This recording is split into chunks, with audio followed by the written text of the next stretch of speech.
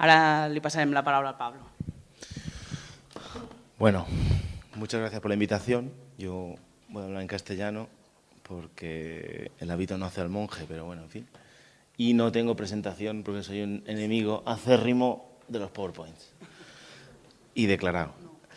Así que, como decía, gracias por la invitación, tanto a Ernest, que me habló de esto hace bastante tiempo, como la Green European Foundation, como la Fundación Nous Horizons. Yo voy a salir un poco de lo micro, que es realmente lo interesante, y ir a lo que es, digamos, más mi tema, que es lo macro y global.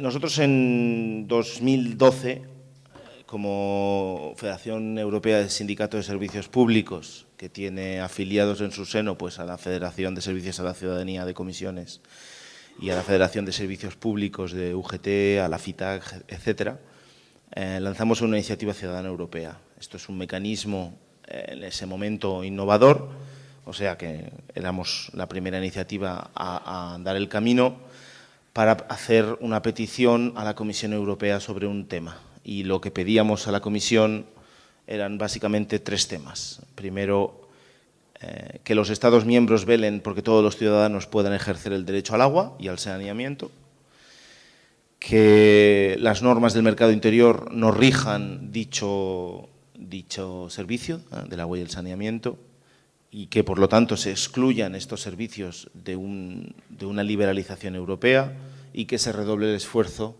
a nivel europeo o que se aumente, si queréis, para lograr el acceso universal al agua y al saneamiento.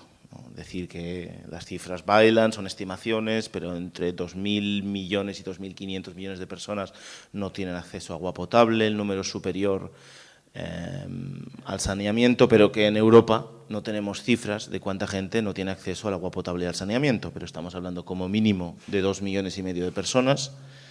La estimación mayor estaría al saneamiento a los 8 millones de personas.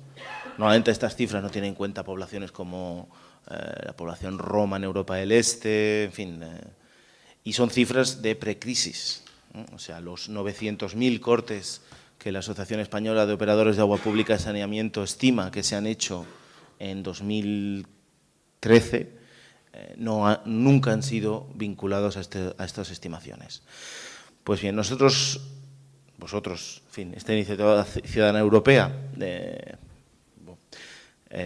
comenzó el 10 de mayo del 2012 y terminó el 4 de septiembre del 2013, con un periodo un poco muerto porque la Comisión no estaba preparada, y recogimos 1.884.790 firmas que presentamos a la Comisión. Recogimos muchas más, pero hicimos una primera selección y se nos validó 1.680.172. ¿Esto qué quiere decir? Quiere decir que realmente en Europa existe un debate y un interés por la parte de millones, en plural, de ciudadanos sobre qué tipo de gestión, qué tipo de empresa pública y qué quiere decir la titularidad pública.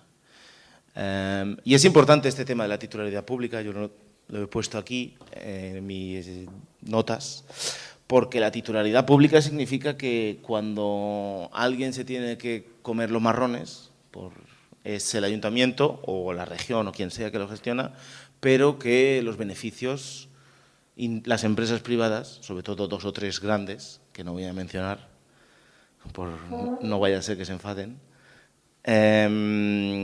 recogen y recaudan de manera regular, porque una concesión, ¿no? o lo que se llama en Francia una delegación de servicio público, es el mecanismo que han creado las propias empresas multinacionales del agua para dejar la concesión, ¿no? Por parafrasear una frase común, socializar las pérdidas y privatizar los beneficios, ¿no? Y ese ha sido el truco que han utilizado para, sin perder esta titularidad pública, ¿no? Asegurándose que tienen que dar esta gestión a todo el mundo, pueden sacar beneficio. Pues los 3 eslóganes que he dicho al principio del agua son, bueno, bastante importantes, parecían bastante neutros, pero el tema de no querer liberalizar el mercado del agua y sacar el agua de las reglas de mercado interior, o sea, que los debates sobre gestión y distribución y qué tipo de empresas, qué tipo de gestión del agua en breve se tiene que hacer a nivel local y regional. Y esto, en el contexto del 2011, 2012, 2013, es fundamental, porque si tenéis un poco de memoria, tampoco hace falta mucha, estamos en ese periodo donde teníamos la creación de la Troika que pone en todos y cada uno de los países que se crea en las condiciones para el rescate financiero, privatizar los servicios de red, y así está escrito. Eso incluye agua, y así lo pedimos al Consejo Europeo, que nos dijeron, sí, los servicios de red son electricidad, gas y agua. En una polémica que tuvimos con el Consejo diciendo, pero ¿no decís que vosotros no tenéis competencia sobre qué tipo de gestión, qué tipo de titularidad? ¿Cómo podéis vosotros mismos explicitar que hay que privatizar el agua? Luego nos dijeron que se habían equivocado, que no era la posición oficial, que era la posición de un funcionario que había escrito el texto. Y es lo que nos dijeron, ¿eh? O sea, no estoy haciendo humor, el humor luego. Pues en esa condición, en ese momento, el objetivo de la Unión Europea desde hace mucho tiempo, y siguen en ello, es crear un mercado único de bienes y servicios, y voy a hacer una digresión de 2 segundos con el tema de la salud, que se supone que no debería hacer, pero bueno, yo sí que he coordinado la iniciativa sobre el agua, pero en mi trabajo de todos los días también trabajamos con trabajadores de la salud pública, y la semana pasada el comisario de salud salió haciendo unas declaraciones que hace falta un mercado europeo de la salud. Punto. Y que todo el mundo tiene que tener el mismo acceso en todos los lugares. Y por consecuente, como todo el mundo tiene que tener el mismo acceso en todos los lugares, necesitamos tener un mercado europeo de la salud, como de energía. Y él dijo, como el de energía. Entonces, bueno, como estamos aquí y como conocéis una empresa que se llama Endesa, que funciona súper bien, que no sube los precios a nadie y que da una gestión genial, por no decir palabrotas en público, pues tenemos un modelo a seguir con la liberalización del sector de la energía. Yo vivo en una ciudad en la que llevan 2 meses diciendo que este invierno va a haber un blackout, porque ya lo sabemos, porque no hay suficiente, porque la liberalización se ha hecho a tal punto que se juega con el nivel de los beneficios a maximizarlos, con lo cual ya sabemos que este invierno, cuando haga frío, nos quitarán la electricidad en algún momento u otro. Así que iros preparando. Y así están, ¿eh? Y esto es la empresa pública, esto es la empresa gestora del servicio de electricidad. Pues bien, como siguen diciendo estas cosas sobre salud y sobre energía y sobre transporte y sobre todo lo que les caiga encima de la mesa a la Comisión, pues la movilización europea para decir que sobre el agua lo que no queremos son unos criterios de mercado generales, y lo que sí que queremos es que por una vez la Unión Europea o todos sus Estados miembros, o mejor dicho, y todos sus Estados miembros, asuman la Declaración Universal de Derechos Humanos de 2010 sobre el derecho humano al agua. Y el derecho humano al agua tiene como elemento clave, que sí que reconoce, evidentemente, cómo no lo iba a hacer, la titularidad pública, pero sobre todo incorpora criterios muy específicos sobre qué tipo de titularidad pública. Yo creo que esto es lo fundamental. Por ejemplo, que no se corte a ninguna familia que viva que no se corte el agua a ninguna familia que no la pueda pagar. Y esto es el derecho humano al agua. La titularidad pública, muy bien. Titularidad privada, bueno, pues si una empresa privada me dice que va a hacer el no corte a toda empresa, pues que lo haga. Ahora, digamos, la realidad de todos los días me deja pensar que empresas privadas que quieren hacerse un 20% de beneficio y que no van a cortar el agua a todas las familias que no lo puedan pensar, no hay muchas en estas latitudes. Entonces, el debate sobre la remunicipalización que hemos apoyado, porque pensamos que en el proceso de remunicipalización existe una muy buena oportunidad para no solo hablar de titularidad pública, sino también hablar de qué tipo de gestión pública, qué tipo de control ciudadano, qué tipo de control democrático y qué tipo de transparencia. Yo creo que, bueno, estáis habituados a este debate sobre el tipo de transparencia, pero yo sí que creo que la remunicipalización y todo el debate que existe sobre el derecho humano al agua abre una oportunidad para gestionar, ¿no?, para dirigir otro tipo de empresas. Empresas donde los ciudadanos, donde los trabajadores, donde los usuarios son partícipes de su gestión, son partícipes de los debates internos que existen en la empresa sobre cómo vamos a hacer las cosas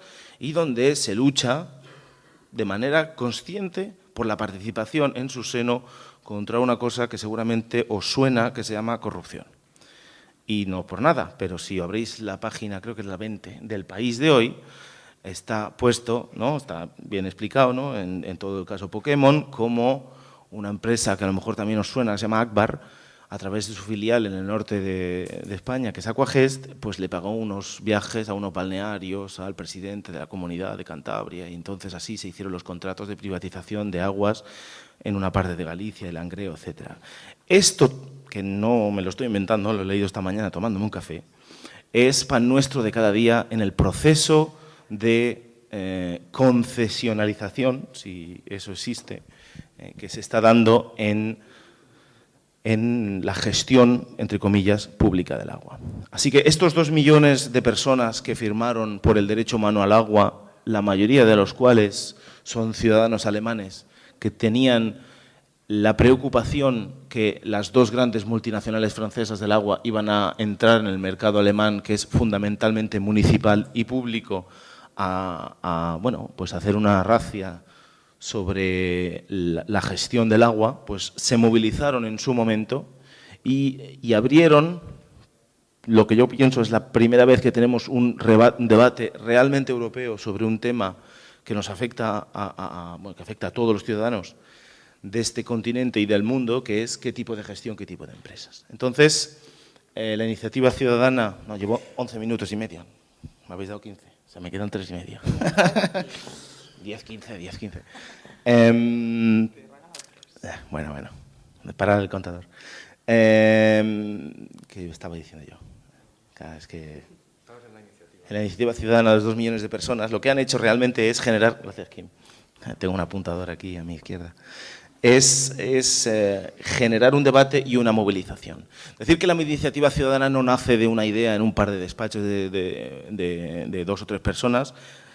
Realmente es un debate que existe desde hace mucho tiempo, pero su momento de clímax fue en 2010, cuando en Italia se realiza un referéndum donde 26 millones de personas votan contra la privatización del agua, un referéndum que es boicoteado por el gobierno. El día del referéndum Berlusconi se va a su vila en Cerdeña y hace un llamamiento a la gente a ir a la playa y a no votar, tampoco es humor, esto es cierto, y pese a ello hay una movilización ciudadana enorme. Y se vence este referéndum. Este referéndum cambia la dinámica política en Italia y es este referéndum que la cambia, y desde entonces estamos en una especie de maremoto, donde tenemos movilizaciones. No voy a entrar al tema de Tesalónica porque hay alguien que lo ha vivido allí, pero hoy, bueno, la semana pasada tuvimos la manifestación más grande desde el inicio de la crisis y la más grande desde los últimos 15 años de la historia de Irlanda, contra el tema de los contadores de agua, ¿no? 150.000 personas se manifestaron en un país de casi 5 millones, donde ahí no hay una gran tradición de manifestaciones de masas, contra la imposición de los contadores de agua y la creación de una empresa que absorbe todas las empresas municipales. Lo hemos visto en Italia, lo hemos visto en Grecia, lo estamos viendo en Irlanda. De hecho, existe también un fuerte movimiento por la remunicipalización en huecos del Estado español.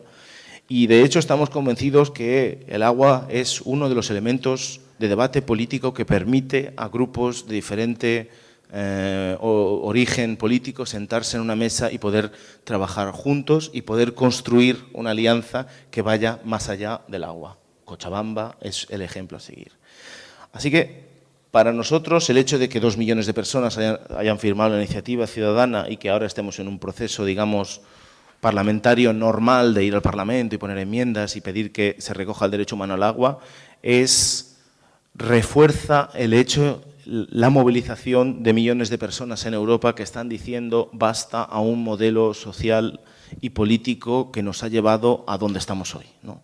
Lo decía antes en una pequeña discreción sobre el tema de salud, pero se puede añadir la cuestión de la educación, la cuestión de la energía, la cuestión del gas, la cuestión de toda una serie de elementos que han sido empujados hacia el marco del mercado, del libre mercado. Y es muy curioso, y termino con esto, porque si miráis, la Directiva Marco del Agua empieza, el artículo 1 dice, es un bien diferente de todos los otros, no debe ser un bien comercial, etcétera, etcétera. Luego dices, bueno, pues si lo pone la Directiva Marco del Agua, que tiene casi 15 años, ¿cómo es que se está dando este proceso de privatización pues de Agua Ter Llobregat, en fin, de miles de pequeñas empresas a lo largo y ancho de Europa, si no debe ser gestionado como un bien comercial? Pues bien, es un bien comercial o es percibido por un bien comercial por esas grandes multinacionales francesas y no solo francesas, como FCC, Agbar, Veolia, Suez, entre otros, y es una responsabilidad ciudadana a nivel europeo de recuperar estas empresas para una gestión donde el derecho humano al agua esté, grabado en el artículo 1, 2 y 3 de la empresa para hacer una gestión diferente del agua y mostrar que este debate que ha habido contra la empresa pública, lo público, que ha sido 20, 25 años de machaconeo thatcheriano, diciendo que lo público no es eficiente, que lo público no sirve, es falso y es muy, está ideológicamente vinculado al hecho de que hay un grupo muy pequeño de gente que se beneficia de manera abusiva de los servicios públicos básicos para que una sociedad tenga un poco un cariz civilizado. En ese sentido, agradecer de nuevo la invitación, invitar a utilizar el agua como construcción de políticas alternativas de cambio de correlación de fuerzas aquí y en cualquier lugar en Europa, y no es una invitación abstracta, es una invitación que estamos viendo, que ha pasado en Italia, que está pasando en Irlanda y que puede pasar en cualquier lugar. Y es un momento clave y es un elemento clave que puede permitir ese cambio de correlación de fuerzas del que tanto necesitamos. Muchas gracias.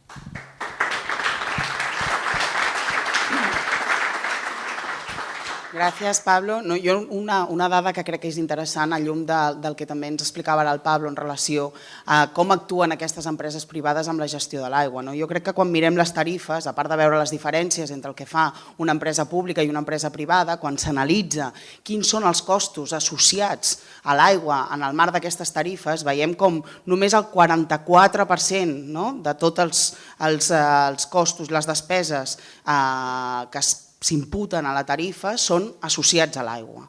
Després veiem com el 56% restant respon a publicitat, a repercutir les pèrdues o les fuites d'aigua també a l'usuari i altres costos que hauria d'assumir l'empresa privada i que no hauríem de pagar les famílies. Per això quan hem situat el debat sobre els temes sobre els talls de subministrament que pateixen les famílies, ens hem trobat com la resposta sovint ha estat dissenyada per les pròpies empreses i com les tarifacions socials que s'han impulsat o que s'han posat sobre la taula, malauradament no han aturat aquests talls de subministrament, a diferència del que ha passat en altres països com França o Irlanda o també Gran Bretanya, en els que s'ha prohibit fer talls de subministrament. Per tant, aquí, com ho han dissenyat les pròpies empreses, aquestes no han volgut en cap moment perdre ni un sol euro finançant aquestes qüestions.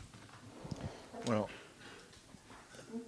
puerta giratoria es una manera de hablar. Yo llamaría la puerta de Brandenburgo, ¿no? De entrada y salida. Que da la vuelta, sí. O sea, aquí tenemos a alguien de Berlín y tal. Bueno, yo no lo había leído, pero aquí hay un artículo de La Directa, donde hay una foto de Cañete con el amigo Simón. Así que bueno, también, digamos, es normal. Depende de cómo nos comparemos, ¿no? Si comparas cualquier situación en el Estado español con Francia, es la repanocha, porque hay una simbiosis entre el Estado francés y Suez y Veolia que es increíble. O sea, es algo, da miedo. O sea, salen del lobby del agua, que se llama Aquafed, a gobernar al Consejo Mundial del Agua. Es que el asesor de agua y saneamiento del secretario general de Naciones Unidas, Ban Ki-moon, es Gérard Payen, que es el secretario general de Aquafed, que es el antiguo, ¿cómo se dice esto en castellano? Presidente delegado general de Suez. O sea, de ahí para abajo, lo que tú quieras. O sea, es realmente un problema, ¿no? En ese sentido, para nosotros, como iniciativa ciudadana, y hemos tenido el apoyo militante importante de una asociación europea que se llama Aquapública Europea, que es, digamos, la organización europea de asociaciones nacionales o regionales de operadores de agua pública, y la verdad es que han sido extremadamente útiles a la hora de poder mostrar qué queremos decir con el derecho humano al agua concretamente, ¿no? O sea, y en ese sentido es un llamamiento a ser más militantes en este ámbito. Necesitamos empresas que podamos sentarnos y decir, es que se puede hacer de otra manera, es que se puede tener beneficio, se puede crear empleo y se puede tener una gestión pública que es más eficiente, es más eficaz, es más social, es más medioambiental, es mejor, ¿no? De hecho, acabamos de publicar un estudio sobre la eficiencia en el sector del agua y en general los estudios de la OCDE, del Banco Mundial y del FMI muestran que la gestión privada es menos eficaz. En términos econométricos, de los estudios de la OCDE, del Banco Mundial y del Fondo Monetario Internacional, que tampoco son, digamos, centros de izquierdismo loco, ¿no? O sea, son ellos mismos en sus estudios que dicen, bueno, al final, cuestión técnica es lo mismo, pero un aviso importante, y no he mencionado a Medina Sidonia, pero que está aquí el hombre y va a hacer su presentación, pero hay un tema muy, muy importante. No penséis que la remunicipalización no está siendo también discutida por aquellos que la sufren, o sea, aquellas concesiones a 100 años que pierden Porque pensar lo que es una concesión a 100 años. Son 25, ¿no? Sí, 25 alcaldes pueden pasar por ahí. O sea, aunque haya alcaldes que repiten y su hijo y su nieto o sea, ¿no? O sea, 25 alcaldes son 3 tipos, una república en España es una república, una dictadura, una monarquía constitucional, una crisis de gobierno, o sea, 100 años, es bastante curioso, ¿no? No es lo peor que he visto. Niza tenía una concesión que en el papel de la concesión, que se había hecho en 1800 poco, habían dejado la fecha de finalización de la concesión en blanco. Que lo rellene otro, ¿no? Y esto era de los tiempos de Napoleón III y ahí estaba la concesión que seguía, claro, no hacía falta renovación, ¿no? O sea que en ese sentido tampoco hay que autoflagelarse. Sí que bueno, le dejaré a Santi esto, pero el tema de las concesiones, yo estoy convencido y aún necesito, o sea, tengo que encontrarme a alguien que me diga, no, las concesiones están bien hechas, no hay faltas y no se puede remunicipalizar. O sea, si cogéis cualquier contrato vais a encontrar que hay 1001 faltas, 1001 facturas que aparecen de la nada y que se cobra el ayuntamiento y que el ayuntamiento tiene que pagar porque si no el concesionario dice me voy y gestiónalo tú, pero hace falta realmente tener valor y coraje y lanzarse. Y en ese sentido lo que decía, y hay que tener cuidado, y retomo mi hilo, es que existe una iniciativa, digamos, un interés a nivel europeo de cambiar el IVA de las empresas públicas. Y esto es la clave vamos, el nudo gordiano de la cuestión, ¿sabéis? Empresa pública internamente 6%, empresa privada 21%. Pues ya ha habido 2 consultas a nivel de la Comisión Europea a las empresas, ¿no? Para hacer un IVA igualado a todas las empresas. O sea, este es el mecanismo último por el cual un ayuntamiento que no tenga un cariz ideológico muy fuerte, que diga, hombre, es que si esto me lo tomo yo, como soy muy pequeño, hago economías de escala y además me ahorro este 15% en toda mi autofacturación, pues a lo mejor me sale más a cuenta. Claro, si ponemos un solo tramo de IVA donde es igual para todos, claro, estos cálculos ya no se hacen. Y estos cálculos, que sabemos que son los que hacen muchos ayuntamientos, también se hacen por parte de aquellos a los que se remunicipaliza y tienen peligro.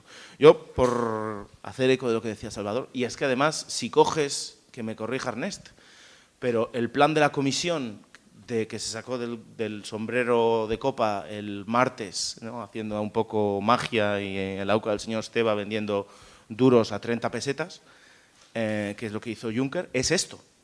Hace falta más construcción, haremos una especie de consejo del cemento, ¿no? Pues tendrá otro nombre, y hacer tubos y cañerías y autopistas donde aún quede algún trozo. Y es fundamentalmente esto lo que están proponiendo para sacar a Europa de la crisis. O sea, yo sí que creo que puede ser un elemento importante de movilización también el hablar de la necesidad de un regulador. Y con el agua, además, ya no es una cuestión de país. Es que ya no es ni Cataluña, ni el Estado español, ni si me apuré, ni es Europa. O sea, esto se tiene que gestionar a nivel global y mundial. Y de ahí el tema del derecho humano, ¿no? Y por una vez que no es Europa que empuja los derechos humanos, sino son países como Argentina, como Bolivia, como Venezuela, etcétera, yo creo que es importante agitar en este sentido de decir, exacto, ¿no? Esto es cambio climático, esto es un nuevo tipo de derechos humanos que se tiene que poner. Vamos, yo sí que creo que para evitar las puertas giratorias y para avanzar hace falta una política más, si queréis, agresiva, de vuelta a lo público, con otro tipo de público y donde la gente esté implicada, y para eso sí que va a hacer falta formar a la gente, pero yo sí que creo que también hay una voluntad. Mira, una anécdota que me ha marcado mucho. Yo estuve hace 6 meses en el Alcázar de San Juan. En el Alcázar de San Juan acaban de privatizar la compañía de agua. El Alcázar de San Juan es un pueblo muy curioso, es una especie de nudo ferroviario en medio de la Mancha, un pueblo muy ilustrado, ¿no? Me dejó muy culto, ¿no? Me dije, mira, muy socialista, o sea, siempre ha sido un pueblo muy socialista, excepto las últimas que gana el PP y privatizan el agua. Curioso es que el agua en el Alcázar de San Juan, los tubos, las cañerías, las construyó. Un hombre muy rico del pueblo dijo, yo pongo los tubos, pero ustedes, señores, caben las acequias y los túneles y tal. Y la gente se movilizó y lo hicieron. O sea que la gente tiene fotos de mi bisabuelo cavó el agua que llega a mi casa y cosas. Entonces, claro, para que venga un señor del Partido Popular y privatice el agua es como muy... Pues bueno, esta gente lleva movilizados 6 meses haciendo todos los viernes manifestaciones con cientos de personas. Un pueblo de 20.000 personas recogieron 13.000 firmas, que son más firmas que los votantes que hubo en las últimas elecciones municipales, para hacer un referéndum que se les negó y ahora están con una campaña de remunicipalización. Pues hicieron unas jornadas de 2 días, un sábado por la tarde, y había un taller de cómo se lee una concesión, tela marinerita el taller, después de comer, que hacía calor, y había 50 personas de todas las edades escuchando y tomando notas de cómo vamos a leer el contrato una vez lo vendan para encontrar los fallos y que el próximo gobierno municipal lo recuperamos. Yo dije, si 50, 60 personas en un pueblo de este tamaño son capaces de comprender y de seguir la gestión de la concesión del agua, que no es privada, ¿no? O sea, no se ha privatizado, es una concesión a 20 años, pues yo creo que la movilización, y de hecho en el Alcázar hay una mini revolución interna con este tema. Y claro, quien dice el agua dicen, no, pero no nos vamos a parar aquí, vamos a mirar la concesión de basura, vamos... Y existe realmente una cuestión, bueno, ellos mismos se autollaman el Gamonal de la Mancha, ¿no? Allá vosotros, ¿no? Me parece muy bien. Pero la verdad es que esto se ve cuando vas y ves que la gente se moviliza con el tema del agua. Yo creo que, lo decía Kim, lo repito, me repetiré, es un elemento que permite a la gente como se dice ahora, está muy de moda, empoderarse, ¿no? Pero es cierto que este tipo de ejemplos muestran que sí se puede. Y el agua es un elemento que permite a la gente movilizarse y luchar contra estas cosas, ¿no? Contra las puertas giratorias, contra la política del pasado. Bueno, a mí me ha gustado mucho una cosa que ha dicho Tomás en su introducción, ha hablado de un puzzle.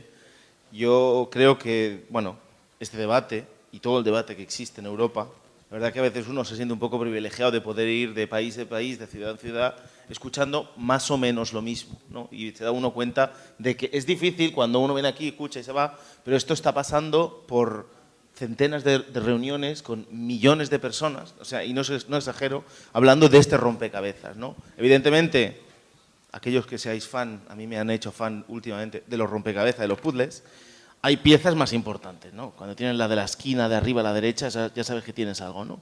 Hay piezas que las pones mal. En Portugal recogieron 40.000 firmas para una ILP, se la han tumbado. Bueno, pues, pero estamos en la construcción de una imagen nueva de la gestión del agua. Y eso es un poco el puzzle que estamos construyendo, es otra gestión del agua. Al mismo momento que hay unos cuantas piernas, puños, que están dando patadas a las piezas y nos las desmontan. O sea, es un poco una situación de hacer construyendo y evitar que nos quiten las piezas que ya hemos puesto, ¿no? En ese sentido, me ha gustado mucho la metáfora. La pregunta a todos, a cada uno a su nivel, tanto en Berlín como en Tesalónica, Yorgos lo ha comentado que ya se están preparando para la siguiente, como desde un ayuntamiento que el canon le llega a su fin, como alguien que es, ¿cuál sería la siguiente etapa ahora? Ya hemos hecho una iniciativa ciudadana, estamos en el proceso parlamentario normal, hemos parado unas privatizaciones, hay movilización. ¿Qué es lo que deberíamos ahora todos? Yo creo que esto es un debate que tenemos que hacer, seguir haciendo. Yo, un par de puntos más. Uno, sobre el debate si mejor una gestión privada con un técnico municipal de iniciativa o una gestión pública con ayuntamiento de CIU. Yo no creo que estemos en el momento de hacer economías de escala política. Hay que hacer economías de escala económica. Yo estoy por decir una gestión pública con un técnico municipal de iniciativa, ¿sabes? O sea, eso yo creo que es la solución. Y cualquier cosa entre medio, pues no me vale, ¿no? Cierto es que un ayuntamiento activo, consciente de cualquier color político que se tome en serio su rol, pues no hubiese dejado hacer lo que ha pasado. Pero es que un Estado con un rol político activo no hubiese dejado el Banco Exterior de Crédito privatizarse, ni el Banco de la Caja Postal, ni etcétera, etcétera, etcétera. O sea, pero ese no es el contexto de hoy. El Banco Exterior de Crédito se privatizó, se financió la economía, privatizaron todo y nos llegó lo que nos ha llegado, ¿no? Entonces yo creo que hay que salir un poco de este cuadro de... Yo entiendo la polémica y el debate en el concreto, o sea, lo entiendo, pero yo también creo que en un foro donde tampoco hace falta tomar una decisión, hay que ponerse en el cuadro figura de lo que queremos. Que llegue o no llegue, pues ya se trabajará, ¿no? O sea, el tema de Berlín también a veces es difícil pasarlo, pero con todo el respeto, en Berlín son 4 gatos, ¿no? Y han recogido 300.000 firmas que han forzado un referéndum y han echado a Veolia y RWE. El caso de Tesalónica son 200 trabajadores de una empresa que han movilizado casi 250.000 de personas, movilizando gente alrededor, pero es un sindicato pequeñísimo, o sea, es un sindicatillo en realidad, ¿no? O sea, en ese sentido hay que, con todo respeto, pero es pequeño, no son muchos, son 200 afiliados, o sea, que no es... ¿sabes? O sea, nosotros a nivel europeo estamos dispuestos a ayudar y aquí lo digo públicamente, nosotros enviamos una delegación de observadores internacionales al referéndum organizado en Tesalónica, que montaron un pifostio de primer nivel. Si hace falta enviar una delegación de observación a una consulta que se organiza en Terrassa por el agua, enviamos cientos de personas. Y montamos una cuestión mediática alrededor, si hace falta hacer una consulta, vamos. Y a esa sí que no hay UPyD que denuncie, o sea, vamos. Porque en ese sentido tenemos... o Ciudadanos, o quien sea. Yo creo que en este momento, con este debate, hay que pensar a lo grande. Porque la verdad es que si se consiguió cambiar el gobierno boliviano, si echaron a toda esta gente, es posible. No va a ser fácil, no va a ser inmediato, pero sí que se puede hacer. La pregunta sería, ¿qué hacemos siguiente? Yo sí que con lo del tema de remunicipalización estamos trabajando mucho, y aquí voy a tirarme una piedra a mi tejado. Muchos sindicatos, cuando les hablas de remunicipalización, te miran como diciendo, cuidado, hostia, o sea, ¿cómo es la frase en español? La subrogación de contratos, ¿no? Y es cierto que puede ser problemático.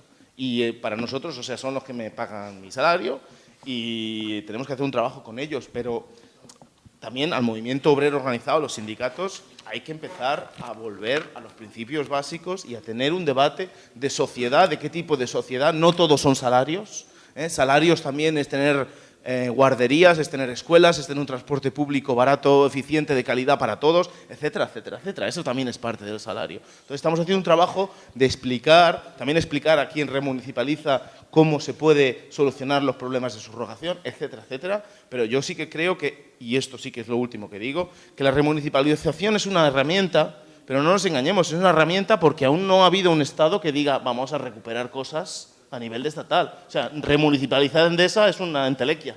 Endesa o la coge el Estado o no la coge nadie. Y Endesa es un monstruo que va por libre. Entonces, ya me gustaría remunicipalizar Endesa, ¿no? En Alemania sí que han conseguido generar electricidad a nivel local o a nivel regional. ¿Se puede hacer o no? Quizás se pueda, quizá no. Abramos el debate, ¿no? La gente de la pobreza energética seguramente estará discutiéndolo, pero en el marco actual, pues la demanda es, no queremos, o sea, queremos que Endesa vuelva a manos públicas. Y ahí habrá que trabajar cómo se hace a nivel europeo, cuáles son los mecanismos para que no nos digan que no, etcétera. Pero yo sí que hago un llamamiento a pensar en futuro, a pensar en otro tipo de empresas, en otro tipo de gestión.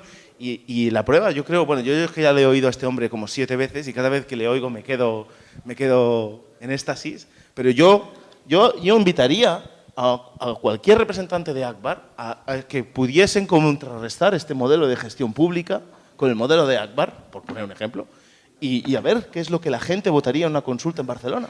Y yo aseguro que el 99.9% de ciudadanos vota por esto y no vota por lo que está haciendo Akbar. Yo creo que en ese sentido hay que creer, quien dice Akbar dice, en fin, que hay que creer que esto sí que se puede hacer una invitación y la pregunta es esa, ¿qué hacemos ahora todos a nivell europeu? I també explicar-vos, una mica en el sentit del que deia, de la reflexió que feia el Pablo de com seguim, que amb el Pablo precisament estem treballant amb una idea que esperem poder tirar endavant, que és la constitució d'un intergrup de parlamentaris per la defensa dels béns comuns. Parece, Pablo, no sé si m'estàs escuchando, sembla que ho tirarem endavant, tenim alguns foc creuats d'alguna gent que ens vol pervertir la idea, però crec que aconseguirem que en el Parlament Europeu per primera vegada tinguem un intergrup de parlamentaris de defensa dels béns comuns, el qual seria un pas molt important per traslladar tot això d'una manera forta a les institucions europees.